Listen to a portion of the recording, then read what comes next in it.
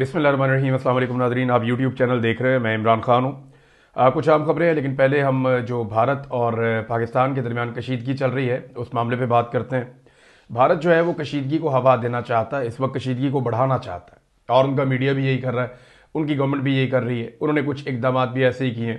अभी कुछ वीडियोज़ आ रही थी जहाँ पे भारतीय पंजाब के अंदर मसाजिद के अंदर मुख्तलिफ जगहों पर ऐलान किया जा रहा है।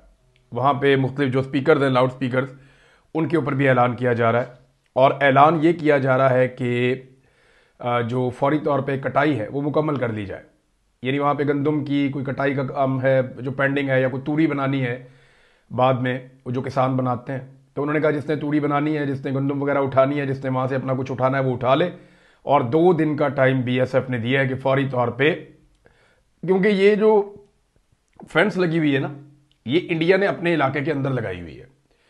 पाकिस्तान और भारत के बॉर्डर पे जो फेंस है ये इंडिया ने अपने इलाके के अंदर लगाई, चाहे लाइन ऑफ कंट्रोल पे है, चाहे वर्किंग बाउंड्री पे है, चाहे ये पाकिस्तान और इंडिया के बॉर्डर के ऊपर है। तो उन्होंने कहीं पे 1 किलोमीटर, कहीं पे 1.5 किलोमीटर अपने अंदर लगाई हुई है, कहीं पे थोड़ा करीब लगाई हुई है पाकिस्तानी बॉर्डर के। तो इंडिया की बहुत सारी ज़मीनें उस फेंस के पाकिस्तान वाली साइड पे, तो वो दरवाजे खोलते हैं और उनके किसान आते हैं और वो आके यहाँ पे काम करते हैं, और फिर वो किसान वापस चले जाते हैं, वो दरवाजे बंद कर देते हैं। ऐसे जो BSF वाले हैं वो उनकी निगरानी करते हैं। तो ये ऑर्डर किया गया कि फौरी तौर पे जो फेंस के परली तरफ जितनी ज़मीनें हैं पाकिस्तान वाली साइड पे, वहाँ से वो अपनी अजनास उठा लें, अपनी काम की चीज़ें वहाँ से निकाल लें, क्योंकि 2 दिन के बाद BSF ने जो हुक्म दिया है उस हुक्म के मुताबिक वहाँ पे दरवाजे बंद कर दिए जाएंगे। तो यहाँ से आपको अंदाजा हो जाना चाहिए कि वो कशीदगी को हवा दे रहे हैं, जबकि पाकिस्तान जो है वो लगातार अब तक जो चीज़ें भी कर रहा है उससे लगता है कि वो कशीदगी को कम करना चाहता है। मिसाल के तौर पे पाकिस्तान ने ऑफर भी किया कि आप जॉइंट कोई इन्वेस्टिगेशन करवा लें, आप कोई गैर जानिबदाराना आज़ाद तहकीकात करवा लें, कहीं से बुलाकर किसी को, आप शवाहिद हमारे साथ शेयर कर दें, आप बंदों के नाम बताएं, कुछ चीज़ें तो हमें दें आप, जिससे आपका ये मुकदमा इसको तकवीयत मिले कि पाकिस्तान ने ये किया जो कुछ भी मकबूजा कश्मीर में हुआ।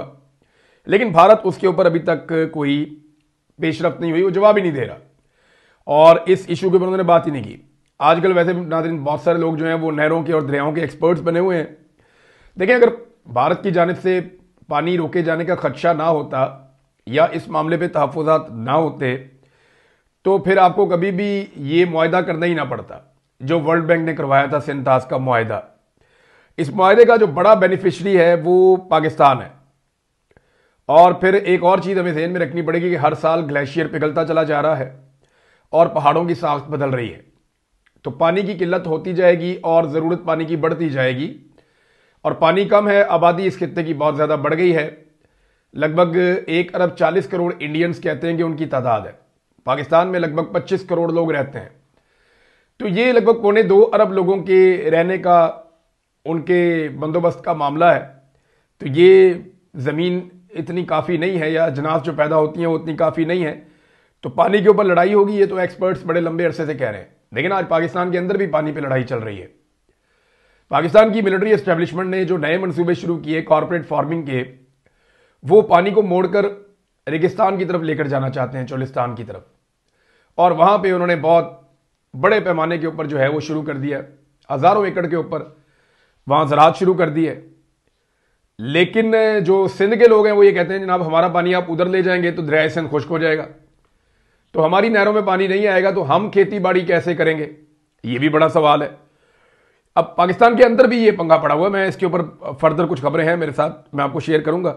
वादी लीपा में शेलिंग की है, फायरिंग की है इंडिया ने लाइन ऑफ कंट्रोल पे, पाकिस्तान की तरफ से जवाब भी दिया गया है, तो ये सिलसिला भी जारी है। इस वक्त पाकिस्तान के सोशल मीडिया पे इमरान खान और शहबाज शरीफ साहब के कुछ बयानात जो हैं वो वायरल हो रहे हैं। शहबाज शरीफ साहब ने जो बयान दिया है वो बयान उन्होंने दिया यहां पे काकूल एकेडमी में, मिलिट्री एकेडमी में, और उनका बयान अंग्रेजी में। जबकि इमरान खान साहब ने जो बयान दिया वो उनका उर्दू में स्टेटमेंट है और उन्होंने इंडिया को बाकायदा मुखातिब किया था। शहबाज शरीफ साहब जो है उनका बयान बड़ा कमजोर दिखाई दे रहा है। इमरान खान साहब का बयान बड़ा तगड़ा था। उन्होंने कहा जी हम रिटेलिएट करने का सोचेंगे नहीं, अगर आप हमला करेंगे तो पाकिस्तान रिटेलिएट करेगा, हमारे पास कोई और ऑप्शन नहीं है कि आप हमला करें और हम चुप करके बैठे, हम आपको वापस उसी वक्त जवाब देंगे। और तगड़ा रिटेलिएट करेगा। इमरान खान साहब ने सारी पिक्चर निकाल के सामने रख दी और जब वक्त आया तो इमरान खान साहब ने साबित भी किया कि वैसा ही हुआ। अब इस वक्त पाकिस्तान को क्या सूट करता है और इंडिया को क्या सूट करता है। अगर खुदा न खास्ता लड़ाई होती है तो, खुदा न खास्ता मैं इसलिए कह रहा हूं कि लड़ाई अच्छी चीज नहीं होती। बातचीत के साथ अगर मामला हल हो जाए तो पड़ोसियों के साथ बातचीत से ही मामला हल होने चाहिए, लेकिन अगर लड़ाई हो जाए तो फिर लड़ाई फर्ज है, फिर आपको लड़ाई लड़नी भी पड़ती है। तो पाकिस्तान को सूट करता है कि छोटी लड़ाई हो, महदूद लड़ाई हो और फौरी तौर पे आलमी मुदाखलत हो जाए और फौरी जंगबंदी हो जाए। छोटी लड़ाई के लिए पाकिस्तान बड़ा कमाल ट्रेंड है। देखें, बॉर्डर पे लड़ाई का मतलब होता है जंग, लाइन ऑफ कंट्रोल पे लड़ाई का मतलब होता है कि वो चलता रहता है। लाइन ऑफ कंट्रोल एक कंट्रोवर्शियल एरिया है ना, जहां पे फौजें आपस में लड़ती रहती हैं। जो बॉर्डर होता है इंटरनेशनल बॉर्डर, वहां पे एक गोली भी चले तो उसका मतलब होता है कि जंग शुरू हो गई। तो आपका एक बहुत लंबा बॉर्डर है भारत के साथ, वहां पे गोली नहीं चलती। लाइन ऑफ कंट्रोल जो है ये कश्मीर में कुछ वर्किंग बाउंड्री है, कुछ ऊपर लाइन ऑफ कंट्रोल है, तो वहां पे झड़पें और लड़ाइयां चलती रहती हैं और उसका कोई इंटरनेशनली कोई सेट पैटर्न नहीं है। कभी वो कहते हैं आपने मारा, हम कहते हैं आपने मारा, और हमारी लड़ाई चलती रहती है। यह पाकिस्तान को सूट करता है कि वहां एक महदूद लड़ाई हो जाए, क्योंकि महदूद और मुख्तसर लड़ाई में पाकिस्तान की एबिलिटी है। पाकिस्तान बेहतरीन टका के जवाब देता है, मुंह तोड़ जवाब देता है। पाकिस्तान के पास एयरफोर्स की कैपेसिटी, जो जमीनी अफवाज है उनकी कैपेसिटी, वो बहुत अच्छी है। महदूद लड़ाई में हम बड़ी अच्छी टक्कर देते हैं। लेकिन जब लड़ाई लंबी जाती है तो फिर दो चीजें पाकिस्तान नहीं चाहता। एक तो पाकिस्तान फिर जो पाकिस्तान का एटमी कुव्वत होना है उसको हम बतौर एक डेटरेंस के इस्तेमाल करते हैं। हम दुनिया को कहते हैं जनाब देखें इंडिया लड़ाई लंबी कर रहा है, हमारे पास वो कैपेसिटी नहीं है, हम एक गरीब मुल्क हैं, हमारे पास फिर आखिरी हल ये होगा हम एटम बम चला देंगे। दुनिया को हम ये बावर करवाते हैं, ऐसे ओपनली तो नहीं कहते। इमरान खान साहब ने तो बहुत क्लियरली ये कह दिया था, नाम तो नहीं लिया था लेकिन बात उन्होंने दुनिया को समझा दी थी। तो फिर अगर हम एटम बम चलाते हैं तो फिर दुनिया इससे डरती है, बहुत ज्यादा डरती है, पूरी दुनिया पे इसके असरात जाते हैं। तो इसलिए मुख्तसर जंग हो जाती है। इंडिया को क्या सूट करता है ये देखें। इंडिया चाहता है कि जंग फैले, लंबी हो और देर तक चले। उसका फायदा ये होता है कि इंडिया भी जानता है कि पाकिस्तान के पास इकोनॉमी कमजोर है और जो वसाइल हैं वो महदूद हैं। अगर हम जंग लंबी करेंगे तो पाकिस्तान कमजोर होता चला जाएगा और पाकिस्तान जो है वो इतना कमजोर पड़ जाएगा कि हमारी बातें मानना शुरू हो जाएगा या हमारी शराइत के ऊपर जंगबंदी हो जाएगी। तो इंडिया की ख्वाहिश होती है कि तमाम लैंडस्केप के ऊपर एक बड़ी वॉर हो, लंबे अरसे तक के लिए वॉर हो, लेकिन एटमी हमले से वो भी बचना चाहते हैं। वो नहीं चाहते कि सूरत हाल वहां तक जाए जहां पे खुदा ना खास्ता कोई एक ऐसा कदम पाकिस्तान को उठाना पड़े या जवाबन इंडिया को उठाना पड़े कि उसके बाद पूरी दुनिया का अमन जो है वो खतरे में पड़ जाए। तो ये कोई भी नहीं चाहता। अब ये तो नाजरीन दोनों ममालिक का नुक्ता नजर है और ये अब से नहीं है, ये बड़े लंबे अरसे से है, बहुत लंबे अरसे से है। तब से लेकर अब तक दोनों मुल्कों की जो वॉर स्ट्रेटेजी है वो तकरीबन ऐसी ही मिलती जुलती है। तो छोटा मोटा टुक टक तो होगा और वो हो भी रहा है। आने वाले दिनों में उसमें थोड़ी शिद्दत भी आ सकती है। कोई एक वाकया इंडिया कर सकता है, उसके जवाब में कोई एक वाकया पाकिस्तान कर सकता है, या ये मामला फैल भी सकता है। लेकिन दुनिया दोनों मुल्कों को किसी भी बड़ी जंग में नहीं जाने देगी, मुझे ऐसा लगता है। आलिया हमजा साहिबा ने एक बयान दिया है और यह बयान है पाकिस्तानी एस्टेब्लिशमेंट के लिए। उन्होंने कहा अभी भी फैसला कर लें, भारत से लड़ना है या हमारे खिलाफ ही आपने नबर्द आजमा रहना है, पीटीआई से लड़ना है या भारत से लड़ना है, फैसला करें आप। याद रखिएगा हमारे लिए कल भी पाकिस्तान मुकद्दम था, आज भी पाकिस्तान मुकद्दम है। जान लें, जंग फौज नहीं पूरी कौम लड़ती है और पूरी कौम को यकजा करने वाला जेल में बैठा है। इमरान खान के पास ये कैपेसिटी तो है, ये तो सब मानते हैं, अपोजिशन भी मानती है, हुकूमत भी मानती है, मीडिया भी मानता है, आलमी और पाकिस्तान के अंदर रहने वाले तमाम एनालिस्ट वो सब मानते हैं कि इमरान खान के पास ये काबिलियत है, ये सलाहियत है कि वो पाकिस्तानी कौम को इकट्ठा कर सकता है, क्योंकि इस वक्त वो पाकिस्तान का सबसे मकबूल रहनुमा है। नाज़रीन, ISPR का जो YouTube चैनल है वो मैं देख रहा था, उसकी जो वीडियो है वो एक दिन से ज्यादा हो गया है, लेकिन अभी तक उसके व्यूज 60,000 65,000 के करीब हैं। लेकिन जो नीचे कमेंट्स लोगों ने लिखे हैं वो बड़े अजीबोगरीब हैं। यानी कौम के बगैर तो फौज कुछ भी नहीं होती। फौज को यह बात समझनी पड़ेगी कि इतनी कुर्बानियों के बावजूद लोग उनसे नाराज क्यों हैं।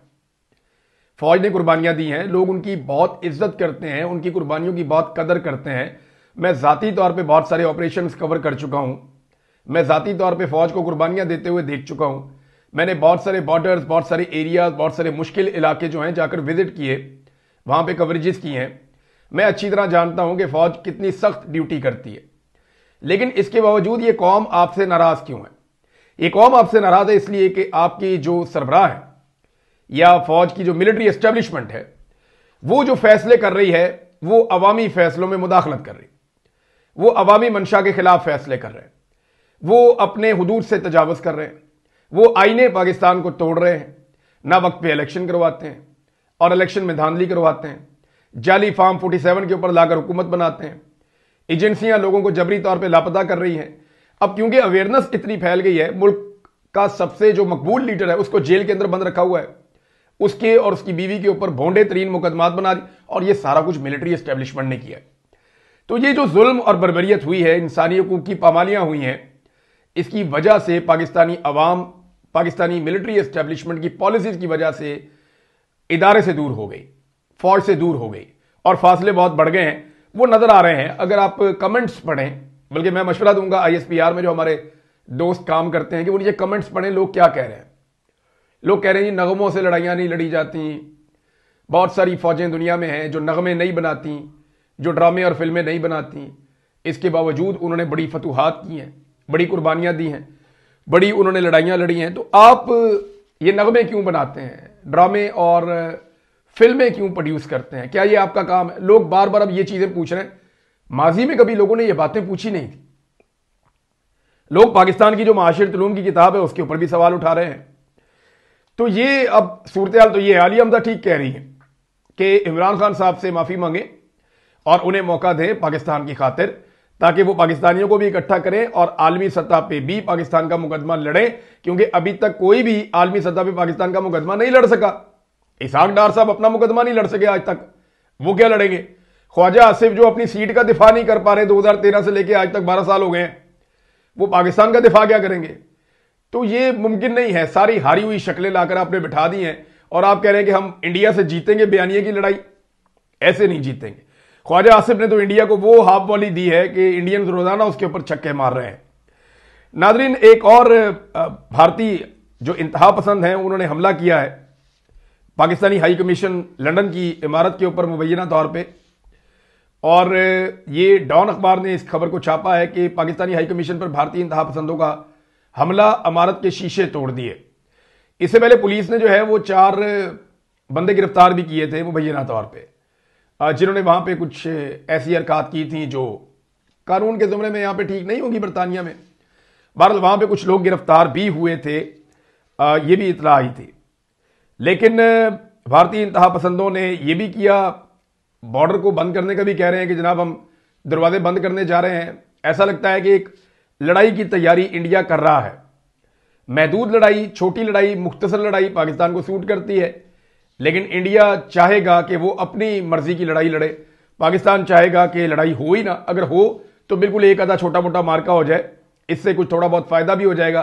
पाकिस्तानी फौज और अवाम के दरमियान अगर कोई दूरियां हैं तो वो दूर करने की भी कोशिश की जाएगी, लेकिन ये तभी पता चलेगा कि उस वक्त ये दूरियां होती हैं, दूरियां नहीं होती, क्योंकि बहुत सारे पाकिस्तान के अंदर लोग जो हैं वो ये कह रहे हैं कि जनाब ये तो आपका असल काम है, इसके लिए हम इतना टैक्स, इतना पेट काट के देते हैं, तो जाए ना इंडिया के साथ लड़ें, हमें मकबूजा कश्मीर आजाद करवा के दें। लोग अब ये कह रहे हैं। लोगों का मुतालबा ये नहीं है कि जाके दिफा करो, लोग कह रहे हैं जी मकबूजा कश्मीर आजाद करवा के दें, जिस नारे को हमें बेचा गया 70 साल तक। हमें कहा गया कि हमारी फौज जाएगी, जाके मकबूजा कश्मीर को आजाद करवा देगी। अब पता चल रहा है कि जनाब मकबूजा कश्मीर के अंदर कोई छोटा मोटा इंसिडेंट होता है, हम सफाइयां देने बैठ जाते हैं कि जनाब ये हमने नहीं किया, ये हमने नहीं किया, जनाब ये किसी और ने किया होगा, ये आपने खुद किया होगा, प्लीज हमसे ना लड़े। ये क्या है? हमने तो मकबूजा कश्मीर को फौज ने कहा था कि हम आजाद करवा के पाकिस्तान के अंदर शामिल करके देंगे। कश्मीर बनेगा पाकिस्तान का नारा किसने दिया था? पाकिस्तान की फौज ने दिया था। और अब जो है वो हमारी पॉलिसी किसी और तरफ है, और इन्हीं पॉलिसीज की वजह से लोग नाराज हो रहे हैं। गिलगित बल्तिस्तान की खबर ले लीजिए नाजरीन। गिलगित बल्तिस्तान में एक जरगा हुआ, बहुत बड़े पैमाने पे लोग इकट्ठे हुए। ये बहुत बड़े विजुअल्स हैं जो मैं देख रहा था थोड़ी देर पहले। रजी ताहिर साहब ने इनको ट्वीट किया, और ये गिलगित बल्तिस्तान से आए हैं। अब ये जो नौजवान वहां पे इकट्ठे हैं या गिलगित बल्तिस्तान के शहरी इकट्ठे हैं, वो 2 चीजों के ऊपर उन्होंने शदीद नारेबाजी की, 2 मुतालबात। एक वो ये कहते हैं कि मादनियात के ऊपर कब्जा ना किया जाए, यानी वो कहते हैं हमारी मादनियात पे पाकिस्तानी एस्टेब्लिशमेंट कब्जा कर रही है। दूसरा वो ये कहते हैं कि हमारी जमीनों पर कब्जा किया जा रहा है एस्टेब्लिशमेंट की जानिब से। वो आपने कुछ मनाजिर देखे भी होंगे कि वहां पे जमीनों की पैमाइशें हो रही हैं और बावर्दी फौजी अफसरान भी वहां पे खड़े हैं और वहां पे बताया जा रहा है कि जी कुछ सियाहत के मराकज़ बनाए जाएंगे, कुछ चीज़ें तैयार की जाएंगी, कुछ डेवलपमेंट लाई जाएगी वहां पे। लेकिन सवाल यह पैदा होता है कि ये वहां के मकामी लोगों को इसका हक मिलना चाहिए ना। गवर्नमेंट अगर पैसा खर्च करना चाहती है तो मकामी लोगों को लोन्स दे दे, वो वहां पे रिजॉर्ट्स बनाएं, होटल्स बनाएं, वो सैरगाहें बनाएं, वो वहां पे फैसिलिटेट करें। वो मकामी लोगों को अमीर होना चाहिए, मकामी लोगों को इसका इख्तियार मिलना चाहिए, ना कि जो इदारे जिनका काम दिफा का है वो जाके वहां पे सियाहत का काम करें। तो अब इसमें जो है वो गिलगित बल्तिस्तान का इलाका, ये शिगर है, शिगर बहुत खूबसूरत इलाका है। मैं यहां गया हूं, ऐसे जन्नत की तरह है, बहुत ही खूबसूरत है। जो लोग वहां रहते हैं, मेरे बहुत सारे दोस्त भी हैं, तो उन्होंने मुझे अपने घर, अपना इलाका दिखाया था। तो शिगर के इलाके में अवामी इज्तिमा और जरगा हुआ, वहां पे मादनियात और जमीनों पर कब्जा नामंजूर के शदीद नारे लगाए लोगों ने। एक और डेवलपमेंट है नाज़रीन पाकिस्तान से, वो ये है कि 54 खवारिज को हलाक किया गया है। ये वज़ीर दाखिला ने अनाउंस किया। उन्होंने कहा जी सिक्योरिटी फोर्सेज ने 3 तरफ से घेरा डाल के ये पाकिस्तान में दाखिल होने की कोशिश कर रहे थे दहशतगर्द, और इन 54 दहशतगर्दों को हलाक किया गया है। और ये पहले से इत्तला मिल गई थी और ये अफगानिस्तान की तरफ पाकिस्तान में दाखिल हो रहे थे और इन्हें दाखिल करवाया जा रहा था। क्योंकि देखें, इंडिया पाकिस्तान के अंदर पाकिस्तान के बकौल मुदाखलत करता है और वो कुछ लोगों को अफगानिस्तान से पाकिस्तान में दाखिल करता है। अब इस वक्त अफगानिस्तान की सूरत हाल बहुत इंपॉर्टेंट हो गई है। वजह यह है कि अगर पाकिस्तान और इंडिया के दरमियान कशीदगी बढ़ जाती है और लड़ाई में कन्वर्ट हो जाती है तो अफगानिस्तान किसका साथ देगा। इंडियंस की और अफगानियों की लगातार मुलाकातें हो रही हैं। अच्छी बात यह है कि इसहाक डार साहब भी गए, 3 साल बाद इन्हें होश आई। इमरान खान साहब पहले दिन से कह रहे हैं कि जाओ उन्हें जाकर मिलो, तो इसहाक डार साहब गए, जाकर उन्होंने मुलाकात की है। उम्मीद करते हैं कि जो अफगानिस्तान की गवर्नमेंट है वो आलाकार नहीं बनेगी, लेकिन वहां पे बहुत सारे ग्रुप्स हैं, बहुत सारे ऐसे ग्रुप्स हैं अफगानिस्तान में जो प्रॉब्लम क्रिएट कर सकते हैं पाकिस्तान के लिए। नाज़रीन, एक और खबर है, ये नहरों के हवाले से मैंने पहले बात की थी तो मैं आपके सामने रख देता हूं, लेकिन उससे पहले शहजाद अकबर साहब ने एक खबर दी है। ये खबर आपके लिए सुनना जरूरी है क्योंकि शहजाद अकबर साहब पावर कॉरिडोर्स में रहे हैं, हुकूमत के अंदर रहे हैं और ज्यादातर उनके ताल्लुकात उन लोगों के साथ रहे जो बहुत ताकतवर लोग होते हैं, तो उन्हें खबरें मिलती रहती हैं कुछ ऐसी जो नॉर्मली मार्केट में नहीं होती। शहजाद अकबर साहब ने बताया कि मरियम नवाज ने कल सारा दिन रावलपिंडी में गुजारा और अहम शख्सियत से मुलाकात भी की है। मरियम नवाज जब इस्लामाबाद आती हैं तो वो मारगला अपने रिश्तेदार के घर गाड़ियां खड़ी करके प्राइवेट गाड़ी में बगैर प्रोटोकॉल के रावलपिंडी में मुलाकात के लिए जाती हैं। अब बगैर प्रोटोकॉल के किसको मुलाकात के लिए जाना होता है? फिर ये तो फिर ऐसी मुलाकात होगी ना, खुफिया मुलाकात। ये तो वैसी मुलाकात शायद हो गई जैसी शहबाज शरीफ साहब के बारे में कहा जाता है कि वो डिग्गी में बैठ के मुलाकात करने जाते थे। ये तो वही बातें होगी ना जो मलिक अहमद खान साहब करते थे, जो आजकल स्पीकर है पंजाब असेंबली के। बहरहाल देखते हैं, मरियम नवाज जब इस्लामाबाद आती हैं तो मारगला में अपने रिश्तेदार के घर गाड़ियां खड़ी करके प्राइवेट गाड़ी में बगैर प्रोटोकॉल के रावलपिंडी में मुलाकात के लिए जाती हैं। नवाज शरीफ को भी वतन वापसी के लिए SOS कॉल दी गई है, यानी नवाज शरीफ को कहा जाता है जनाब आप भी पाकिस्तान वापस आ जाएं। क्या खिचड़ी पकड़ी है, ये आने वाले दिनों में चीजें आपके सामने आ जाएंगी। कैसर अहमद शेख साहब ने मौजूदा जो सिंध हुकूमत है, बलूचिस्तान हुकूमत है या सदर पाकिस्तान है, इनका पूरा पोल खोल दिया पीपल्स पार्टी का। वो क्या कहते हैं ये सुने आप। वो ये कहते हैं जहां तक नहरों की बात है ना, तो वो तो बन रही हैं, यानी कोई अगर ये कह रहा है कि नहरें नहीं बन रही, नहरों पे काम रुका हुआ है, तो वो झूठ है। नहरें बन रही हैं, ग्राउंड पे उनमें काम हो रहा है और बाकायदा इसके विजुअल्स जो हैं वो अवेलेबल है। सिंध से जो वफ्द आया था उन्होंने भी आकर देखा कि जनाब नहरें बन रही, उनके ऊपर काम हो रहा है। और पीपल्स पार्टी कभी भी हमसे अलग नहीं होगी। नहरें भी बन रही हैं, पीपल्स पार्टी भी हमसे अलग नहीं होगी। ये हुकूमती रुकन कैसर अहमद शेख साहब कह रहे हैं, क्योंकि सदर, चेयरमैन सेनेट, डिप्टी स्पीकर उनके हैं, 2 सूबों में उनकी हुकूमत है। ये पीपल्स पार्टी को भी पता है कि वो अलग नहीं हो सकते, क्योंकि इसके बाद कोई हुकूमत नहीं रहेगी और नए इलेक्शंस होंगे, यानी ये होगा अगर अलग हो जाते हैं तो। अब दूसरी जानिब नाजरीन, सिंध में जो जरदारियों की पुलिस है, आसिफ जरदारी, बिलावल जरदारी और इनकी जो साहबजादी है आसिफा जरदारी, इनकी पुलिस ने अटैक कर दिया मुजाहिरीन के ऊपर जो लोग ये कह रहे थे कि आप नहरें ना बनाएं पंजाब में। यानी सिंध की गवर्नमेंट कहती है कि हम नहरों के खिलाफ हैं, लेकिन सिंध के अंदर जब कोई एहतजाज करने के लिए निकलता है कि हम इन्हीं नहरों के बनाने के खिलाफ एहतजाज करने जा रहे हैं, तो उनके ऊपर सिंध की ही पुलिस अटैक कर देती है। तो ये है वो दो नंबरी जो सिंध की आवाम के साथ जरदारियों ने कर दी है। जरदारियों ने किया ये कि पहले इन्होंने वफाक के साथ मिलकर नहरें बनाने का हुक्म दिया, अंदर खाते सिंध की आवाम का पानी बेच दिया, और उसके बाद जब वो पानी बेच दिया, मामला खुल गया, तो इन्होंने ऊपर ऊपर से रोला डालना शुरू कर दिया, नहीं नहीं नहीं नहरें ना बनाएं आप, नहीं नहीं नहीं आप नहरें नहीं बना सकते, हम ये कर देंगे, अब वो कर देंगे। लेकिन जैसे ही इनके सूबे में आवाम निकलती है और वो ये कहती है कि हम नहरें नहीं बनाने देंगे, तो ये उनको मारते भी हैं।